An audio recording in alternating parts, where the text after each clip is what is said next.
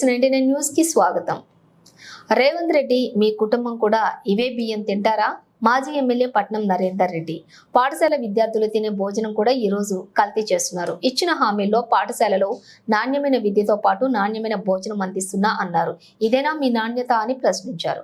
కొడంగల్ నియోజకవర్గం గుండుమాల్ మండలం కొమ్మూరు గ్రామంలో ప్రైమరీ మరియు జిల్లా పరిషత్ విద్యార్థులు తినటానికి పురుగులు పట్టిన బియ్యం పెడుతున్న వైనం, విద్యార్థులు తినే బియ్యం బూజు పట్టి పురుగులు పట్టడంతో విద్యార్థులు మధ్యాహ్నం భోజనం ఇంటి దగ్గర చేసి వెళ్తున్నారు. పై విషయంలో పేపర్ కథనాల ద్వారా తెలుసుకున్నటువంటి మాజీ ఎమ్మెల్యే పట్నం నరేందర్ రెడ్డి హుటాహుటిన కొమ్మూరు గ్రామంలోని పాఠశాలకు చేరుకుని తనిఖీ చేశారు. బియ్యం నిల్వ గదిని పరిశీలించగా పురుగులు పట్టిన బియ్యం దర్శనమిచ్చాయి. పై విషయంపై ఉపాధ్యాయులను అడగగా గత 3 నెలలు నిల్వ ఉంచినటువంటి బియ్యాన్ని వండి పెట్టడం వల్ల అన్నంలో పురుగులు వచ్చాయని పాఠశాల సిబ్బంది తెలియజేశారు. 10 నెలల్లో ఎంత దౌర్భాగ్య పరిస్థితి వచ్చిందని విద్యార్థుల తల్లిదండ్రులు మాజీ ఎమ్మెల్యే పట్నం నరేందర్ రెడ్డి దగ్గర ఆవేదన వ్యక్తం చేశారు. మద్దూరు మండలంలో ఈరోజు కొమ్మూరు గ్రామంలో ప్రాథమిక పాఠశాల సందర్శించి మద్దూరు పట్టణంలో హాస్పిటల్ సందర్శించి ఇక్కడికి రావడం జరిగింది.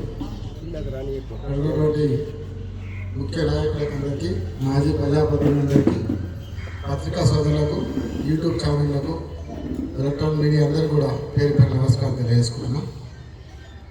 ఈరోజు చూస్తూ ఉన్నాం, కొడంగల్ నియోజకవర్గం నుంచి కొడంగల్ ప్రజలు ఒక పెద్ద ఎత్తున ఒక నమ్మకంతో, ఆశతో గత ఎన్నికల్లో రేవంత్ రెడ్డి గారిని గెలిపించారు. ముఖ్యమంత్రి అవుతారనే ఒక భావనతో, ముఖ్యమంత్రి అయితే కొడంగల్ బాగుపడతారనే ఉద్దేశంతో కొడంగల్ ప్రజలందరూ కూడా పెద్ద ఎత్తున ఓట్లు వేసి కొడంగల్ ప్రజలు గెలిపించరు. అనుకున్న విధంగానే కొడంగల్ నియోజకవర్గం నుంచి ఉన్నటువంటి ఎమ్మెల్యే రేవంత్ రెడ్డి గారే ముఖ్యమంత్రి అయినారు. కానీ కొడంగల్లో చూస్తే ఇప్పుడే కొమ్మూరు ఒక పాఠశాలకు పోయిన ప్రాథమిక పాఠశాలను గత నెల రోజుల నుంచి పురుగులు ఉన్నటువంటి బియ్యాన్ని వండి పెడతా ఉన్నారు విద్యార్థులకు. పురుగుల బియ్యాన్ని పెడితే విద్యార్థులంతా అస్వస్థకు గురై అక్కడ ఉన్నటువంటి ఉపాధ్యాయులను కానీ విద్యార్థులతో మాట్లాడితే, మేము మధ్యాహ్న భోజనము పాఠశాలలో పనిచేసి ఇంటి నుంచే భోజనం చేసి వస్తున్నామని చెప్పి మళ్ళీ ఇంటికి పోయి భోజనం చేస్తున్నామని చెప్పే పరిస్థితి వస్తూ ఉంటుంది. ఈరోజు చూస్తూ ఉన్నారు, ఇక్కడ చూడండి, ఈ బియ్యం మొత్తము పురుగులతో నిండినటువంటి స్టాక్ పెట్టి 2-3 నెలల నుంచి 2 నెలల క్రితం 3 నెలల కింద తెచ్చిన బియ్యం స్టాక్ పెట్టి పురుగుల బియ్యాన్ని వండి విద్యార్థులకు భోజనం పెడతారు. లేరు, మెడిసిన్ షార్టేజ్ డాక్టర్ గారు చెప్తా ఉన్నారు. 3 నెలల నుంచి యాంటీబయాటిక్ ఇంజెక్షన్స్ లేవు, మందులు లేవు, మెడిసిన్ స్టాక్ లేదని చెప్తా ఉన్నారు. సెంట్రల్ నుంచి స్టాక్ లేదు, అక్కడి నుంచి పంపించడం లేదు. ఇది ఒకటే హాస్పిటల్ కాదు, తెలంగాణలో అన్ని హాస్పిటల్ కూడా మందులు సప్లై కావడం లేదని డాక్టర్ గారు చెప్తా ఉన్నారు. మరి ఇది పరిస్థితి ఎందుకు వచ్చింది? బడ్జెట్ ఎక్కడ పోయింది? హెల్త్కు సంబంధించిన బడ్జెట్ ఎటుపోయింది? ఇది అన్నిటి కూడా ముఖ్యమంత్రి సమాధానం చెప్పాలి. హాస్పిటల్లో మందులు లేవు, పేషెంట్లకు ట్రీట్మెంట్ లేదు, డాక్టర్స్ లేరు, పాఠశాలలో మధ్యాహ్నం భోజనం లేదు, హాస్టళ్లలో చూస్తూ ఉన్నాం, గురుకుల పాఠశాలలో ఎక్కడ చూసినా అధ్వానంగా భోజనం. విద్యార్థులంతా రోడ్లపైకి ధర్నా చేస్తూ ఉన్నారు. నాచారం స్కూల్లో చూసినాం, ఇప్పటికి 2 సార్లు నాచారము ఏజీబీ స్కూల్ విద్యార్థులు ధర్నా చేసినారు, మాకు భోజనం సరిగా లేదని చెప్పి. తెలంగాణ అంతటా ఇదే పరిస్థితి ఉంటే మరి ముఖ్యమంత్రి గారు ఏం చేస్తూ ఉన్నారు, మంత్రులు ఏం చేస్తూ ఉన్నారని మేము ప్రశ్నిస్తూ ఉన్నాం. తెలంగాణలో కాంగ్రెస్ ప్రభుత్వం వస్తే బాగుపడతామని ఆశతోని రైతులు, ప్రజలు ఓట్లేసి గెలిపిస్తే అనేక హామీలు ఇచ్చినారు. ఎన్నికల్లో 6 గ్యారెంటీలు అన్నారు. 6 గ్యారెంటీలు ఎటుపోయినాయి?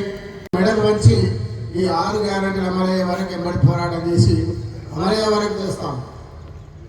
అదే కాకుండా ఈరోజు అభివృద్ధి విషయంలో చూస్తే గతంలో మనం మద్దూరుకు 8 కోట్లతో రోడ్డు వేయడానికి ఇచ్చినాం, ఇంతవరకు పనులు మొదలు పెట్టలే.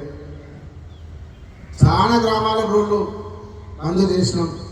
ఇక్కడ ఎస్సీ రెసిడెన్షియల్ స్కూల్ ఫౌండేషన్ వేసి సంవత్సరం గడుస్తూ ఉంది, ఇంతవరకు కూడా ప్రారంభించలే. ఎస్టీ రెసిడెన్షియల్ స్కూల్కు ఎందుకంటే అక్కడ స్కూల్ చాలా అధ్వాన పరిస్థితుల్లో బిల్డింగ్లో ఉంది. మనం గతంలో 2-3 సార్లు విజిట్ చేసినాం.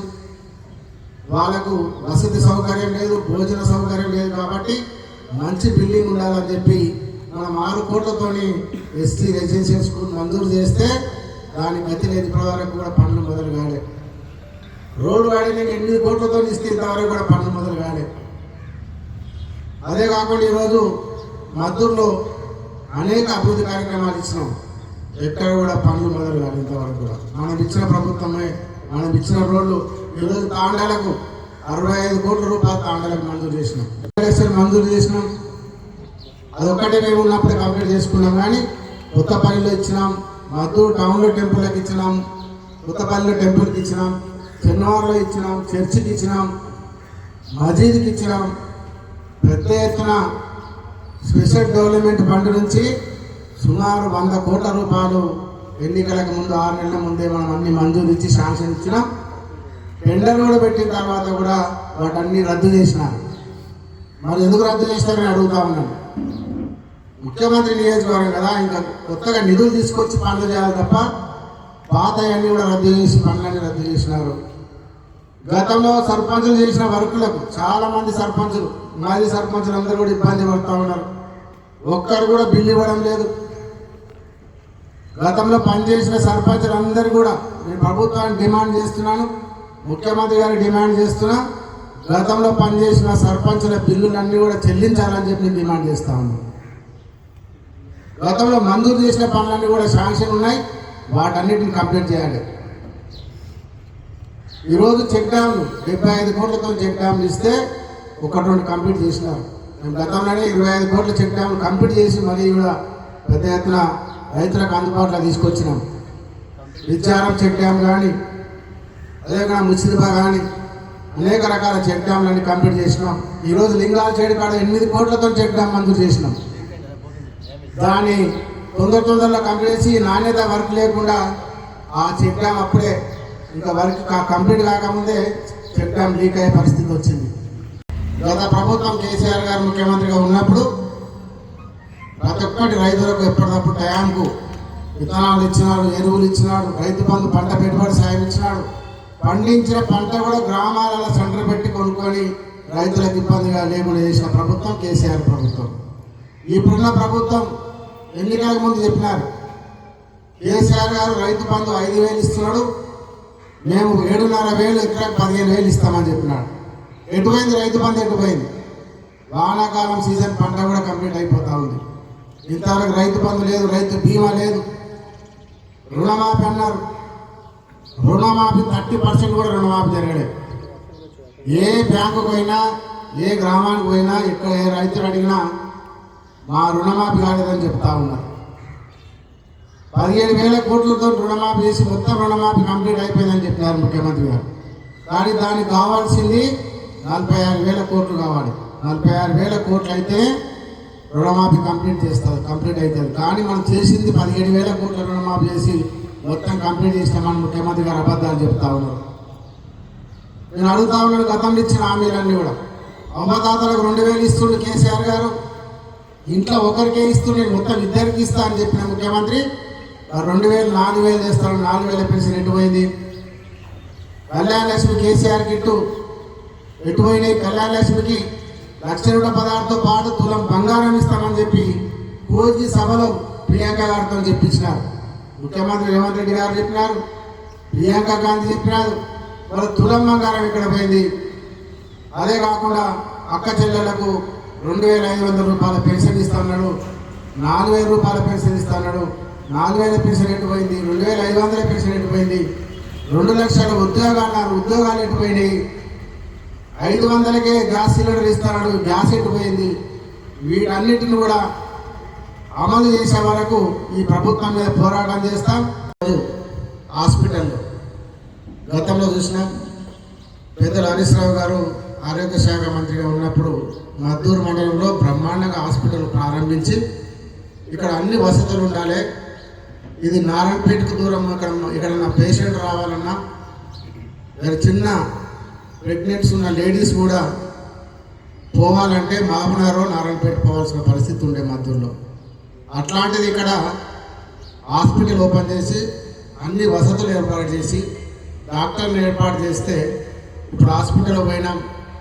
ఇక్కడ ఉన్నటువంటి అప్పుడు గతంలో ఇచ్చినటువంటి మంజూరైనటువంటి అల్ట్రాసౌండ్ కానీ ఎక్స్రే మిషన్ కానీ ఆక్సిజన్ మిషన్ కానీ ఇక్కడ కూడా వాటన్నిటిని కూడా మక్తల్ హాస్పిటల్ షిఫ్ట్ చేసినారు. నేను ఒకటే అడుగుతున్నా ముఖ్యమంత్రి గారిని, నీ సొంత నియోజకవర్గంలోనే ఈ పరిస్థితి ఉంటే మా తెలంగాణ రాష్ట్రం అంతా ఎట్లుందో ప్రజలందరూ గమనించాలి. ఇప్పుడే చూసినారు ఈ ముఖ్యమైన బియ్యం పెట్టి విద్యార్థులకు వండి పెడుతున్నారంటే ఈ యొక్క ముఖ్యమైన బియ్యాన్ని ఫుడ్ల బియ్యాన్ని ముఖ్యమంత్రి కుటుంబంలో ఈ బియ్యం తింటారా అని అడుగుతున్నాను.